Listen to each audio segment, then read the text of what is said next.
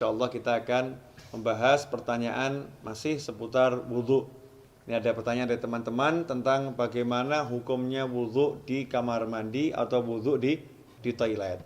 Karena tidak semua orang punya ruangan khusus untuk wudhu. Dan memang anehnya kita ini ya. Kita ini kalau bangun rumah ada ruangan untuk mandi, ada ruangan untuk masak, ada ruangan untuk tidur, ada ruangan untuk ngopi. Tapi untuk ibadah yang paling penting sholat, musola enggak ada. Kemudian fasilitas untuk sholat, wudhu juga tidak disediakan khusus. Ini kita kelemahannya. Menyikapi hal itu, maka timbul pertanyaan, kalau wudhunya tidak di ruangan khusus, ya tidak di ruangan khusus untuk wudhu atau enggak punya padasan. Kalau orang Jawa dulu punya padasan ya, gentong yang ada lubangnya di bawah, taruh di halaman untuk minum atau untuk wudhu. Kalau enggak punya seperti itu, adanya kamar mandi, adanya toilet, atau ketika di mall atau di pasar, wudhunya tidak di tempat khusus wudhu, tidak di luar ruangan, tapi di dalam toilet, di dalam kamar mandi, atau di dalam WC kalau bahasa umumnya ya. Kira-kira seperti apa? Sah enggak wudhunya? Kalau ditanya wudhunya sah atau tidak, maka wudhunya sah kalau memang syarat-syarat sahnya wudhu dipenuhi, kemudian hal-hal yang membatalkan wudhu tidak dilakukan, wudhunya sah-sah saja. Tetapi timbul masalah, orang wudhu itu ada sunnah-sunnah dan ada adab.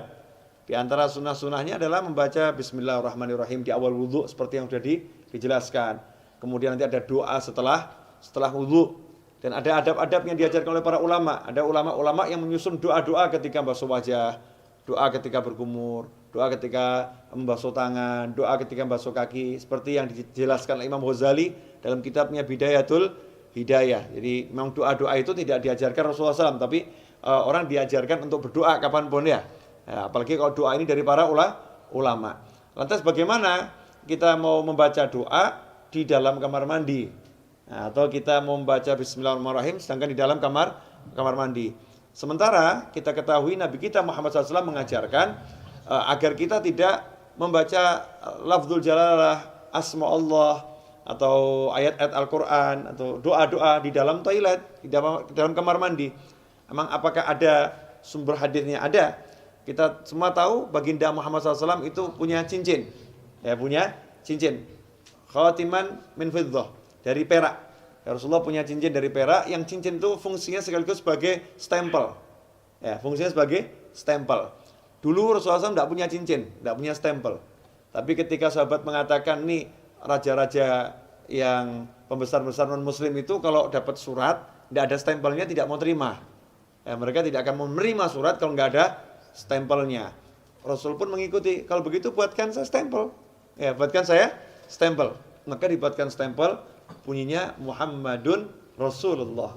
Ya, Muhammadun Rasulullah. Jadi Allahnya paling atas, berupa cincin dari perak. Ketika Rasulullah wafat SAW, setelah wafatnya Rasulullah, cincin itu dipakai oleh Sayyidina Abu Bakar As-Siddiq radhiyallahu anhu. Setelah wafatnya Sayyidina Abu Bakar dipakai oleh Sayyidina Umar ibn Khattab. Kemudian dipakai oleh Sayyidina Utsman bin Affan radhiyallahu anhu.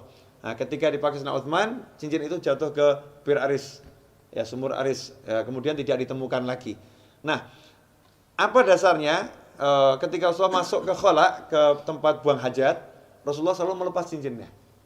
Jadi ketika masuk ke tempat buang hajat, Rasulullah SAW selalu melepas cincinnya, karena di cincinnya itu ada tulisan Muhammadun Rasulullah. Kalau membawa tulisan aja tidak dianjurkan, apalagi mengucapkannya. Ya, membawanya aja tidak dianjurkan, apalagi mengucapkannya. Berdasarkan hadis tersebut, yang diriwayatkan oleh Imam Al-Hakim, ya, dalam kitabnya Al-Mustadrak Al-Sahihain. Di situ beliau menyatakan, anna Rasulullah labisa khatiman naksuhu Muhammadur Rasulullah, fakana idza dakhala al-khala wada'ahu. Kata Al-Hakim dalam kitab Al-Mustadrak, Az-Zuhri menyebutkan bahwasanya Rasulullah SAW punya cincin yang tulisannya adalah Muhammadun Rasulullah.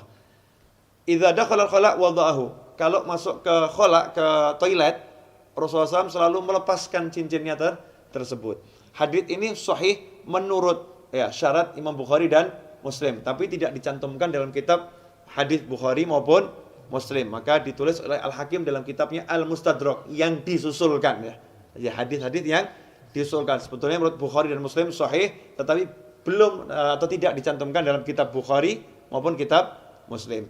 Nah, hadis ini menunjukkan memang kalau masuk kamar mandi jangan bawa tulisan yang mengandung nama Allah atau nama Rasulullah Shallallahu Alaihi Wasallam. Dari sini ulama kemudian mengambil kesimpulan kalau membawa tulisan nggak boleh, apalagi membacanya. Bukan haram ya, tidak boleh dalam arti tidak beradab atau kurang sopan. Karena itu seyukyanya jangan berwudu di toilet, seyukyanya. Cari tempat wudu yang memang betul-betul untuk wudu. Kalau tidak adanya toilet, barulah silahkan wudu di toilet atau di kamar mandi atau di WC. Tapi kalau wudu di kamar mandi, toilet atau WC, jaga adabnya. Apa adabnya itu? Ya satu, jangan membaca asma Allah. Cukup dibaca di dalam hati. Lantas bagaimana dengan doa setelah wudu? Ya doanya dibaca di luar kamar mandi. Jadi selesai wudu langsung keluar baca doa setelah wudu. Atau bismillahnya dibaca di luar dulu. Bismillahirrahmanirrahim, masuk langsung wudu juga. Nah, dengan begitu maka sunnahnya tidak hilang, tetap bisa melaksanakan sunnah-sunnah yang dianjarkan oleh Nabi Muhammad Sallallahu Alaihi Wasallam. Insyaallah sedikit ini barokah dan jangan kemudian jadi jalan justru. Oh berarti wudu di toilet gak apa-apa. Oke deh, kita wudunya di toilet aja ya. Jangan seperti itu. Usahakan wudu di luar toilet agar bisa melaksanakan banyak sunnah. Kalau memang terpaksa baru berwudu di toilet. Wal afu minkum. Wassalamualaikum warahmatullahi wabarakatuh.